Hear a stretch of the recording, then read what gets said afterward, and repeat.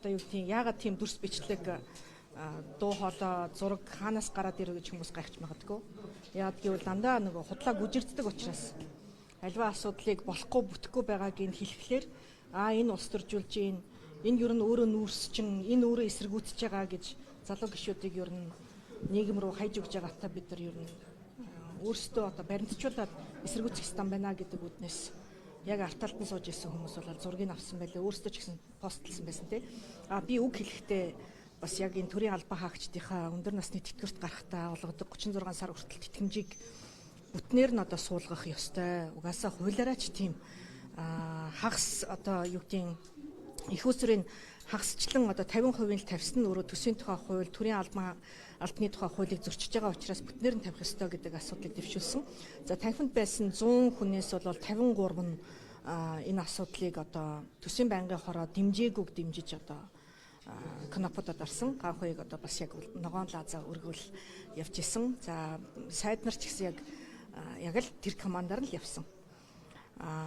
Ер нь бол өөрөө хууль зөрчиж байгаа шүү гэдгийг дахин хэлээд байгаа. Тэгээ хууль зөрчсөн ийм асуудлуудыг хүч түрээ зүгээр лаазны үзүүрээр шийдэж байгаа нь бол үнэхээр харамсалтай. Ажлын хэсэг одоо бас хийсэн авсан чиглэлийг хэрхэн яаж гүйцэтгсэн бэ гэдгийг сая бүлэг дээр танилцууллаа.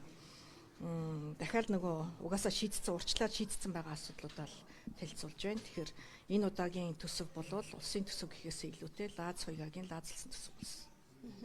Тэгэхээр ямар саналууд дээр ногоон лаазаа өргөжлөж байгаа гишүүдийг мэдээ мэдлэхгүй улмаас зөв чиглэл болгож дохио өгсөн гэдэг зүйлийг бол өөрөө хэлсэн. Тэгэхээр гишүүд ийм мэдлэг мэдээлэл муутай байд юм уу санал өгөх тэр томьёолооч ойлгохгүй юм байна.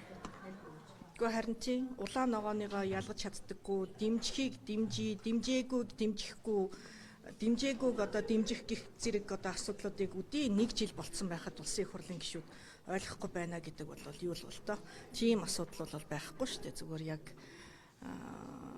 яг эсрэг талдаа арчилсан намдаа тэгэл лаазаар дохио өгч илээ. Түүнийг лаазны дагуу лааз өгсөн юм уу эсвэл тухайчин одоо зарим заалт дээр улааныг өргөөл тэр зарим гишүүдийн саналууд нь бос одоо бидний хэлдгээр босох буюу төсвийн байнгын хорон дээр дэмжигдээгүй саналыг дэмжээгүйгээр одоо босч ирж байгаа тийм. Ер нь дэмжээгүйг дэмжихгүй гэдэг энэ томьёол угаасаа л байдаг.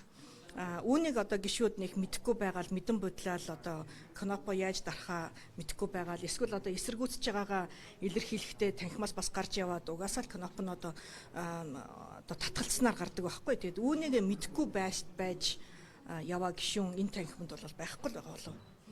Тэгэхээр дэмжсэнийг дэмжих, дэмжээгүйг дэмжихгүй байх зэрэг одоо энэ асуудлууд бол угаасаа л одоо 1 жилийн хугацаанд одоо 2-3 дахь чуулган явж штэ. Тэгэхээр энийг нэг мэдэхгүй мэдэн бодлоод заавал одоо ган хуйгаар лааз өргүүлж одоо түүнийг улаан кнопод арах уу, ногоон кнопод арах уу гэдгийг ялгадаг тийм гишүүд байгаа бол үнэхээр л одоо харамсалтай байна. Одоо юу хэлэх вэ?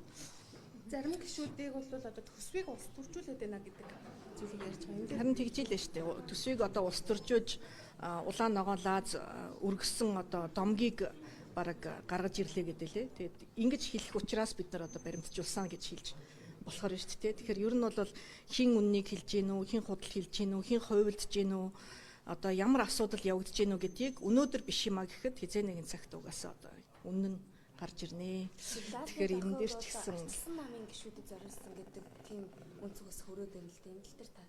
Одоо тэгэл одоо тухайн танхимд байсан хүмүүсийг бүгднийг л одоо удирдан чиглүүлж илээ. Тийм. Одоо яг тэр танхим байгаа л хүмүүс. Нэрээр 180 тэрбумын төсөл орж ирлээ гэж шүүмжилжсэн. Энэ хിവэрээ юу бол хിവэрээ явж илээ.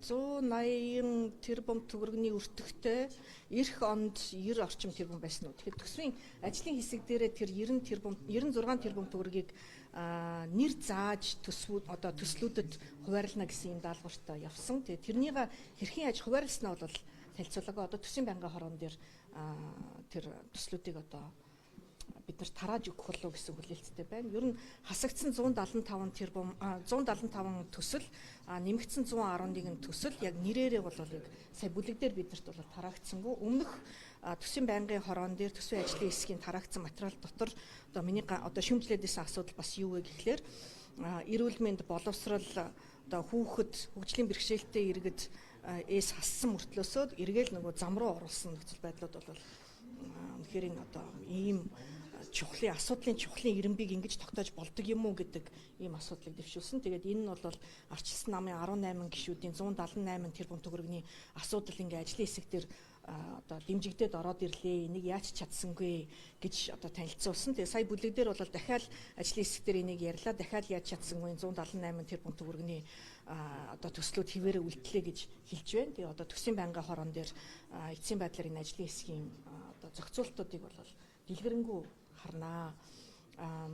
Нэг одоо анхаарал татах асуудал нь бол хавдрын имлэг, за манай өнөр бүл хүүхдийн асрамжийн төвийн дэргэд одоо байгуулах сэтгцийн эрүүл мэндийн төв, хавдрын одоо имлэг, эдис эрхтэн шилжүүлэх имлэг, за жишээлбэл Говьалтай аймгийн имлэгээс нь хассан мөртлөөсөө эргээд хүүхдийн парк руу оролцсон байгаа байхгүй. Тэгэхээр асуудлын ирэмбийг хэрхэн яаж тавьж байгаа юм бэ гэдгийг л одоо асуугаад байгаа юм. Тэгэхээр энэ дээр одоо ажлын хэсгийн дарга бол бас яаж чадсангүй гэдгээр л орж ирж байна. Тэгэхээр нийслэлд 2хан сургууль барихаар төсөл батлах гэж байна гэж нийслэлийн удирдлагууд хэлээд байна. Харин одоо ажлын хэсгийн одоо эцсийн саналыг төсөл нэг бүрээр нь бас авч үзээд тэгээд эргээд одоо та нар ч гэсэн мэдээлэл өгөгдөх байхаа гэж бодож байна. За.